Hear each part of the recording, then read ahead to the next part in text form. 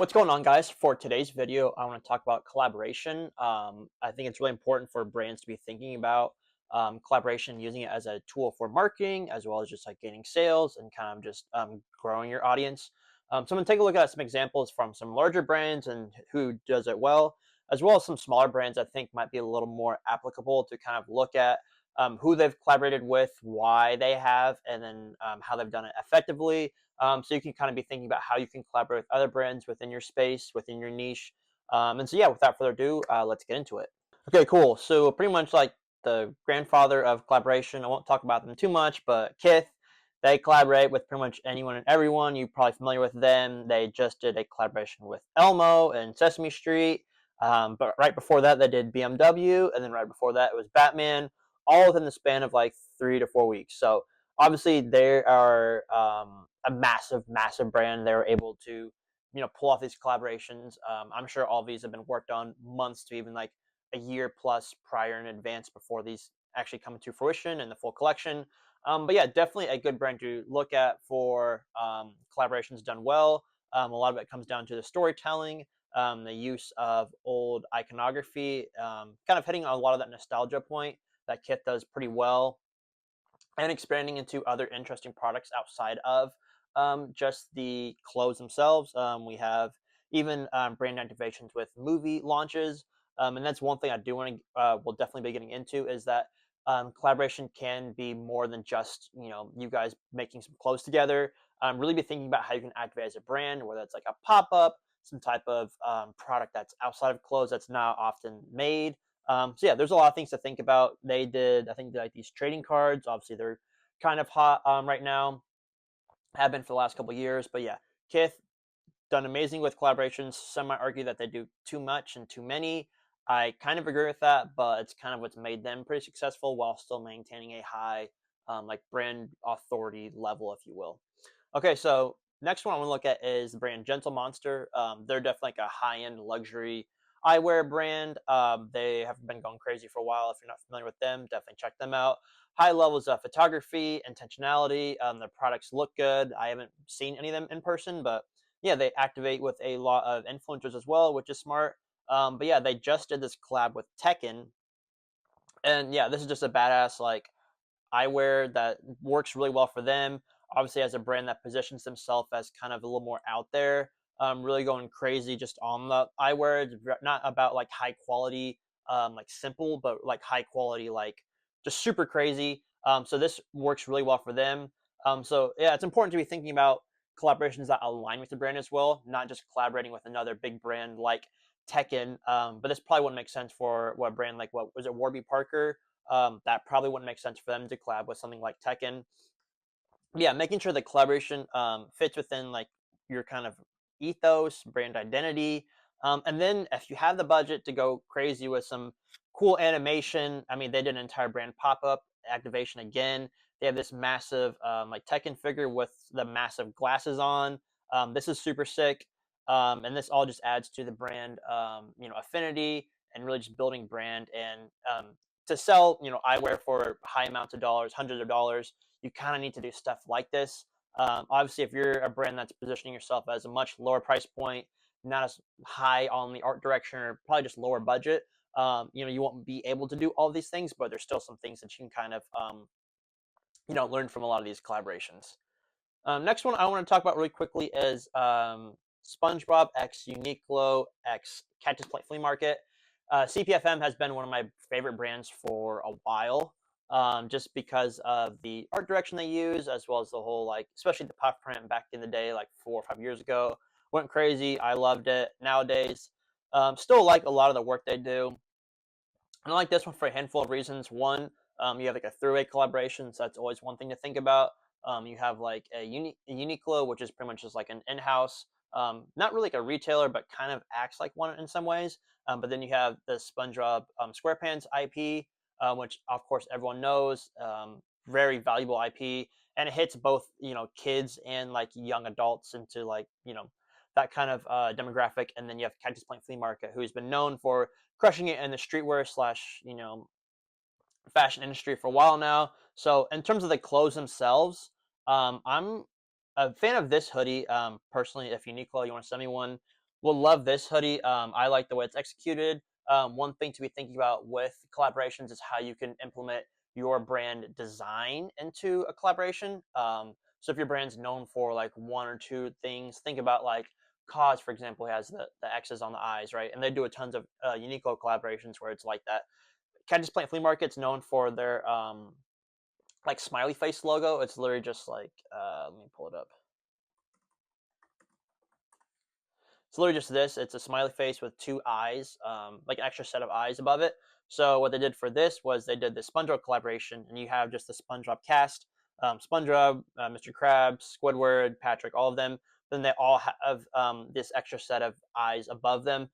So that kind of plays into the Cactus Plant Flea Market identity, as well as the kind of wonky text. That's something that CPFM has been doing for a while. Obviously, this one doesn't play on the puff print, which is fine, but they go with that wonky text plus the eyes, and then they also use the Uniqlo like blanks or clothes that they use.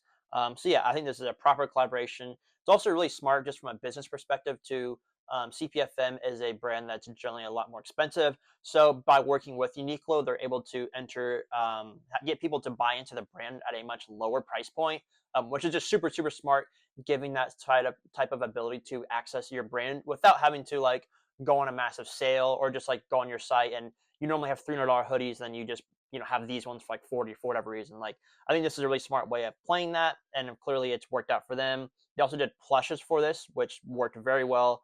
Some of the other clothes I'm not the biggest fan of, like this one, like these people order our patties. Um, plays a little bit. I don't know if it's puff print, but it at least like looks like it. So it kind of plays on that identity. I don't mind this T-shirt, and this one's funny where this is a pretty well-known meme. But then they even went a step further with the double eyes, plus even made it more exaggerated on the kind of motion blur.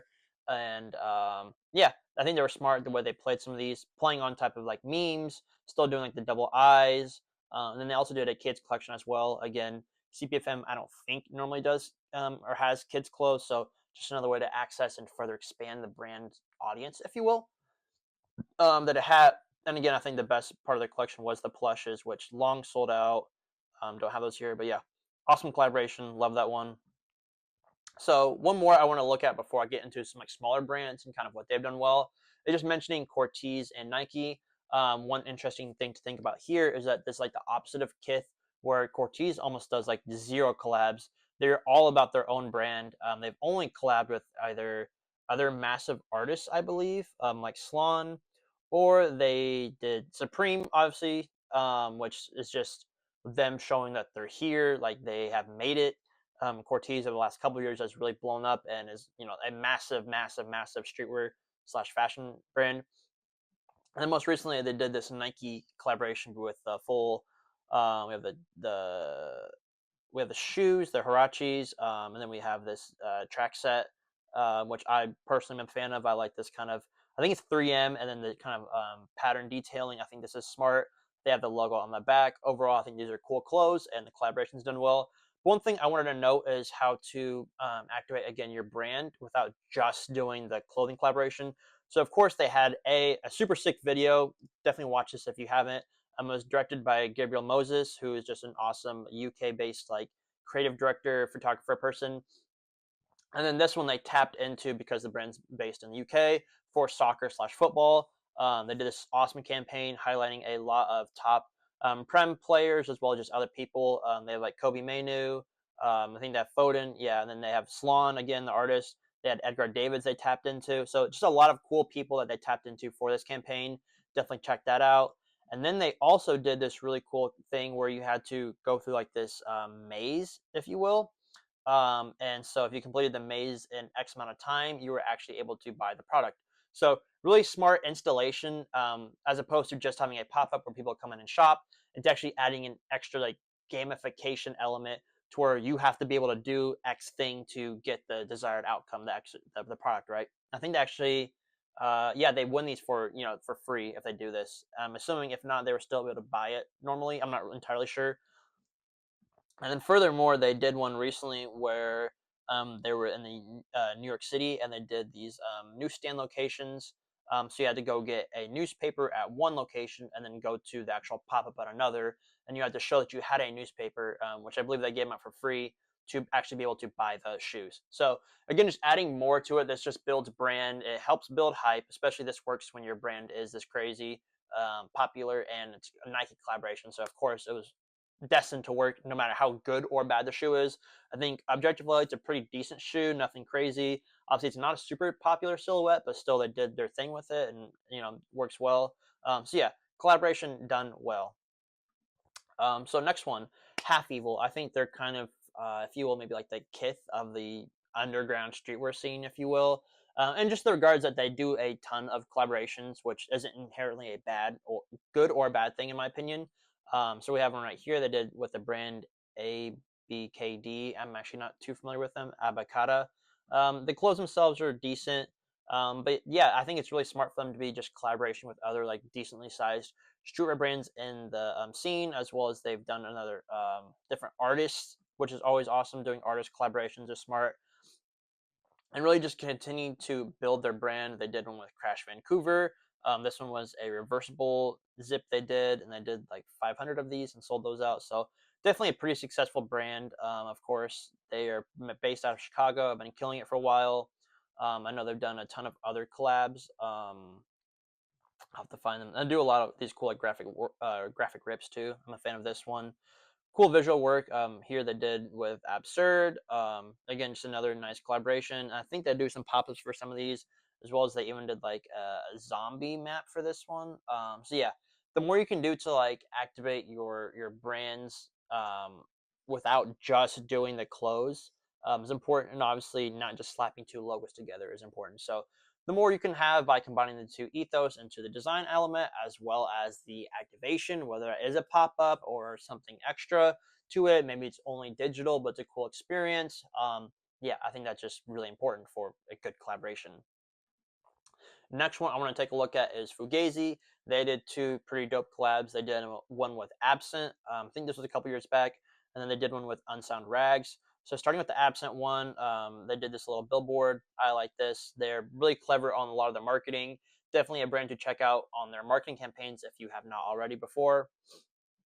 And the clothes themselves, they did a lot of rip slash homages to pretty niche designs or designers. Like this one, actually I forget who they ripped on this one.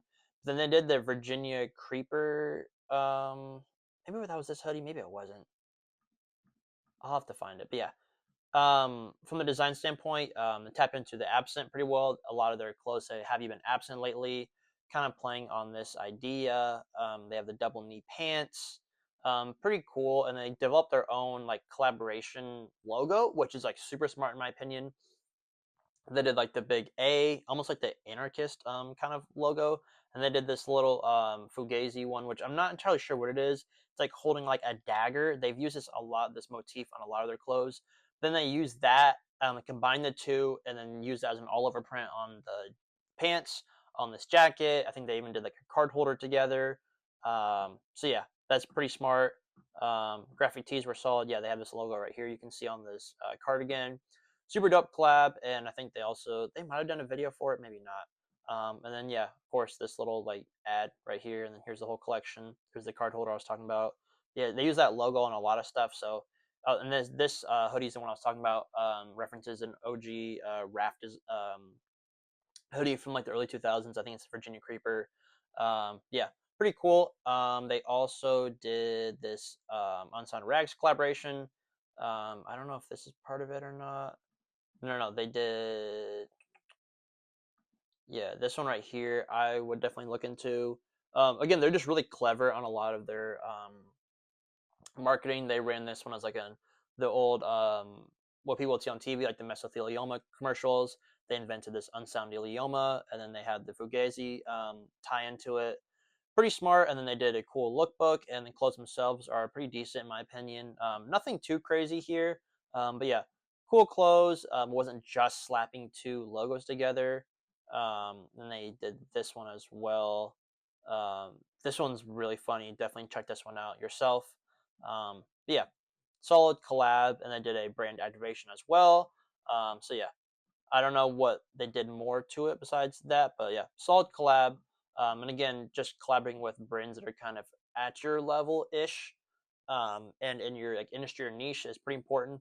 I think there's also potential to be tapping into brands that are completely outside of your industry slash niche. I think that's one other way to play. Is kind of like the unexpected collaboration. I don't have any good examples of those pulled up right now. But yeah, one thing to think about. Next one I have is Crash and Crash Vancouver. I showed you they already did a collab with Half Evil, but I like this one here that they did with Pythia. I think this is really smart because this hoodie right here is really, really popular from Pythia. It's like essentially their hero product. If we go over here, we'll see this hoodie comes up all the time. It sells very well for them. So it is a little similar to kind of slapping two logos together, but it wasn't, because they played on an existing product that already works very well for them, but then they kind of altered it slightly, threw on the Crash logo and threw in the Crash Vancouver color, which is this light blue stars. So added at least a bit of the Crash element with the color itself, but took their existing hero product. And as you can imagine, this thing went absolutely crazy. And of course, the collaboration itself helped Crash as well, kind of tying them in with Pythia. And then they did some graphic tees, and they were okay, and some other stuff. And I think Crash Vancouver's done a lot of hoodies like this. So this was kind of their hero product, their version of that same hoodie that they then did with Pythia. And Pythia is very well known for their barbed wire star, like here. So it's kind of like the reverse, where we have the Pythia hoodie with a bit of Crash element added to it, and then here we have the Crash hoodie with a little bit of the Pythia element added to it. So yeah, from a design standpoint, I like that. Also, Pythia does a lot of jewelry very similar to this. So again, just smart collaboration, and it works because they're two pretty decently popping brands in the underground streamer scene, if you will. And then lastly, I wanted to point this one out just because it's like a really small collaboration, but I think there's something to gain from it. So we have this brand Liquid Lagoon. They have like 58,000 followers, doing pretty decent. A lot of like blanks type stuff. Reminds me a little bit of like Cole Henry, and then they have some cool stuff like this, which is a little more extravagant. But they did a collaboration with a pretty small brand, Another Day, that has like 3,500 followers. So like about like the level of like the brand I have, Apologetic Letters.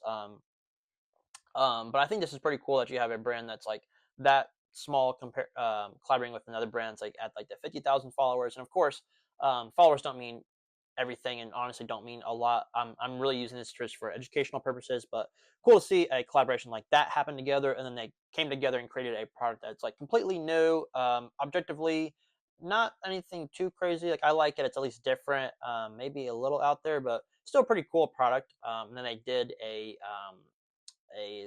promo video for it, which I like. Of course, adding as much effort and intentionality and detail into these collaborations, besides just the clothes themselves, is very important in my opinion. So they collabed and did a video together. You can check that out. Of course, they did a photo shoot with the crew necks. I think those are pretty sick. And yeah, they're just a pretty cool collab that you don't see a ton of collabs at like the pretty much smaller level. You really only start to see them when brands are kind of getting out of this kind of level, like the Crash, Half Evil, Fugazi level.